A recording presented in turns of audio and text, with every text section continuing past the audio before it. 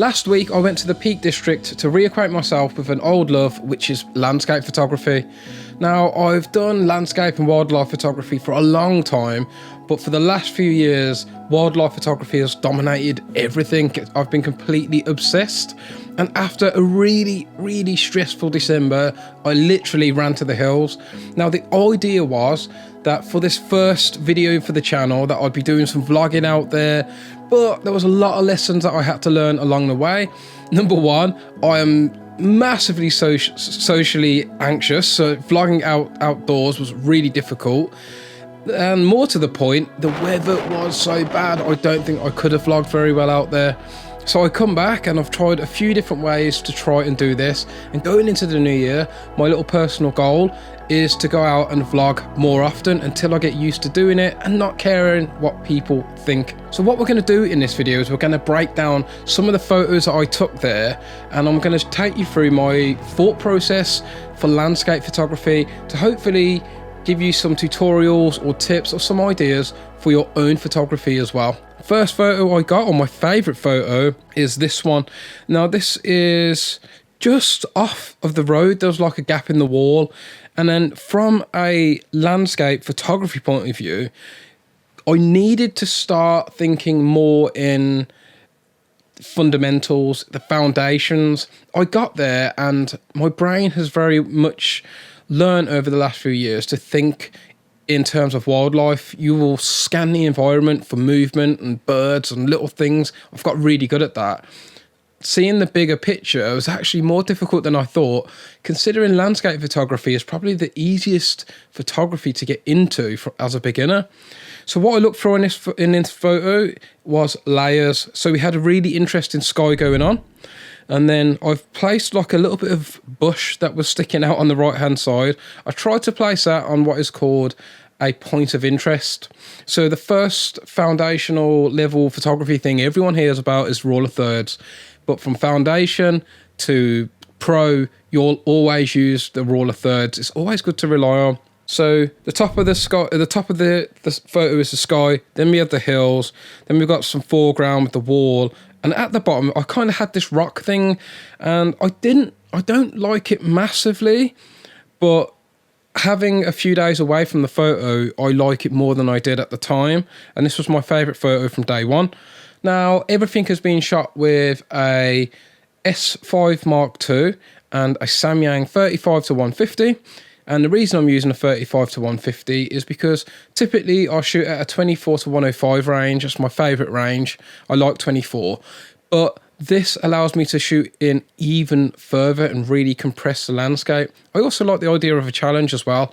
Sometimes I will bring like even macro lenses out of me just to see what happens. On day two, I headed towards Mam Tor. That went really bad. As soon as I got outside, the weather was really bad. It was cold, windy, and really bad visibility. A really boring, oppressive, low grey sky as well. Nothing really conducive for landscape photography. Now, don't get me wrong, people often make the mistake with landscape photography of thinking you always need a blue sky. They do this with wildlife photography as well. You don't need a blue, perfectly picturesque sky. You need a sky with interest, with textures and shapes. When it's just a complete flat sky, I find it very boring. And because Mam Tor didn't work, I decided I just needed to wing it. Now, this was a very spontaneous trip, so I had no idea where else to go. So I just thought, you know what, just relax, drive around, you're in the Peak District, you'll find something. And I did. Off in the distance, as I was driving around, I seen this huge rock formation. And then I would come to find that this rock formation is Aula Tor. A wider lens might have helped, but because the sky was so dull and the weather was so dull, I just couldn't capture this in its like proper majesty, and it was just flat. But I've got this 35-150 lens, so now I'm starting to think differently. I'm starting to carve up the environment a little bit, trying to look for interesting compositions. First one I tried was, again, I fell back on the rule of thirds, and I've got some of Aula Tor on the left-hand side, and then I've got like a tree on the right-hand side. Not the best picture in the world, but that tree really piqued my interest. So I went closer and I got this portrait. Now, again, with landscape, people often shoot panoramics. They'll shoot in a landscape orientation, but flipping your camera around to portrait can give you new and interesting compositions. I've put the tree central. I couldn't quite get all the branches in and I couldn't go back any further, but I've got quite a nice amount of like foliage in the foreground, and then I've got that tree in the background, and it's quite a nice photo. I'm quite happy with it. Would have been cooler if that sky had been a bit better, or even if there was fog, because it would have looked very sort of Sleepy Hollow or Tim Burton-esque. After taking those few shots, I decided to spin back round, head across the road back into that car park.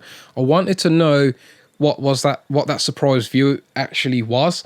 So there was a little trail going from the car park through a sort of lightly wooded area, and as I was going up there over this rocky path, I could see these sort of big pinwheel things. So I thought, okay, there's probably a little quarry around here, and I love shooting quarries. Snowdonia, or I can't pronounce the Welsh version, sorry guys. They've got amazing quarries. Dynawick quarry, incredible. This quarry, a lot smaller, and I couldn't really get a great shot. A wider lens might have helped me. So instead, I decided to carry on up the hill, and then I started to see something peeking over the brow of the hill.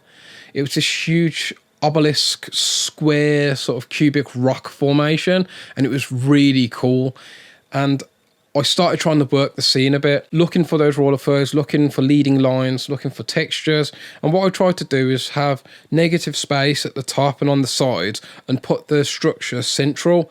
Again, I opted for a portrait, and I really wanted someone on the left-hand side of this. There was a guy wearing a yellow jacket, but he never looked up quite as I wanted him to, but that would have been a really cool photo. I carried on up the hill. These hills, for some reason, they never seem to they always just seem to go a tiny bit further. From this photo here, I've got a leading line leading up to an even bigger formation of rocks, and there's people on there, so it gives you a sense of scale. I started to get excited at this until I got to the top, and it was so windy that it was blowing me back. But it's no wonder they call it surprise view. 360 degrees. It didn't matter where you turned your head. There was something to photograph. It was just incredible up there. I absolutely loved it. And there was some very brave / stupid people on top of this huge rock as well. So I wouldn't have gone up there. I couldn't get a great shot of that rock. What I was supposed to do on this trip was bring my drone. I did bring my drone. I brought it everywhere I went, but it's a very small drone, and it wouldn't have had a cat's chance in hell of getting any photos against the wind. It would have just been gone into the valleys. So I stood at the side of this huge rock formation, and I looked down the valley, and I got my favourite photo from the day, which is this landscape photo. And in the middle of this photo, you can see there's a big sort of town on the right hand side. We've got a really interesting sky, and the weather has started to turn. And then on the left hand side, we've just got these rolling hills, and it's just a classic sweeping vista. It's very moody, and I really liked it. I quite like the colours in there as well. Peak District has got quite a lot of these sort of like reddish colours, and they make for very cool moody photos. Needless to say, not long after that, the sky was just about to open up. So I hightailed it to the car, back to the hotel. It's only like 2 o'clock at this point. So I'm in the hotel, sorting my pictures out. I've got a nice view out of my hotel window, and randomly, the sky, as it gets dark, just burst with colour. Reds, peaches. It was absolutely stunning. And I was like, what is going on? This is British weather in a nutshell. 1 minute, overcast. Next minute, clear skies and a beautiful twilight. So I got dressed, got to my car, and quickly went back to Aulator. And it was too dark to really get a photo by that point of Aulator, but I did get a picture of the night sky, and I thought that was quite a nice way to end the day. The next and last day of the trip was actually my favourite. When I opened the curtains on this day, and there was really good visibility, and I could see the hill on the opposite side of the valley, my spirits lifted, and I had a lot of silver linings and epiphanies on this day, and it was a really great day all around. The first thing I knew I wanted to do was go back to Kerbar Edge. And when I got there, to my surprise, only 3 cars in the car park. It was pretty much empty, a completely different vibe. I figured, since I don't like having the camera facing me, I'm going to make more effort of filming everything else. And I did, and I was really happy that I did so, because it really took a lot of weight off my mind. But we're going to come back to this in a little bit as well, because there was another lesson that I've learned in the interim. But I got a couple of good shots straight away. In fact, actually, I just want to backtrack a tiny bit. I got this lovely shot of the morning, and I knew it was going to be a good day when I got this shot just randomly at the side of the road. I have to share this one with you. A gorgeous twilight in the morning with sun bursting through the clouds, God rays shining down, stunning. Back to Kerbar Edge. So Kerbar Edge, it's a relatively easy walk, and it's an incredible view up there. In fact, this particular photo, I've got a tree on the left hand side, a leading line going down on the right hand side. There's even like an old track which would be more leading lines. I've got good layers, but unfortunately I just needed a little bit more going on in that center. But I thought it was a nice start to the day. Then I looked over to my left, and there was this little village down below. There's a river winding through and this old bridge going across. I tried a line in that bridge on the bottom lower half of the photo. It just didn't feel right. I needed layers and I needed depth. So what did I do? Of course, I flipped my camera to portrait, and this portraiture shot, just favorite shot of the trip. I really enjoyed this. I've got that bridge, which is an element I really wanted to be in the photo, but I've also got the valley going all the way through, leading up to the hills in the back, and then that quite a moody sky. I couldn't have got this the day before, so this is another lesson, and this is another silver lining / epiphany I had. It was more like a relearning, which was to say, you need to recce locations and go back to locations, or even think about going to those locations again. Just because you've turned up one day and it wasn't a winner doesn't mean it won't be on another day. There's a really popular rock formation sort of jutting out of this cliffside as well. At the time, I sort of christened it Pride Rock. I got this shot. It's an okay shot. It's technically fine, but it's a boring shot. I was on the cliff edge and the wind had picked up quite a bit, and I kind of just stopped, essentially. I didn't think it was safe to stay there too long. But on reflection, I could have worked the scene a little bit more, looked for a different angle, remembered the fact that I've got this lens that can zoom into 150mm, and I probably could have just gone a safer distance down and got a more interesting shot. And that was basically all the photos I'd taken. And this is what I love about landscape photography. It's a lot easier to access into photography via landscape photography. It's a complete opposite to wildlife. Wildlife is completely unpredictable.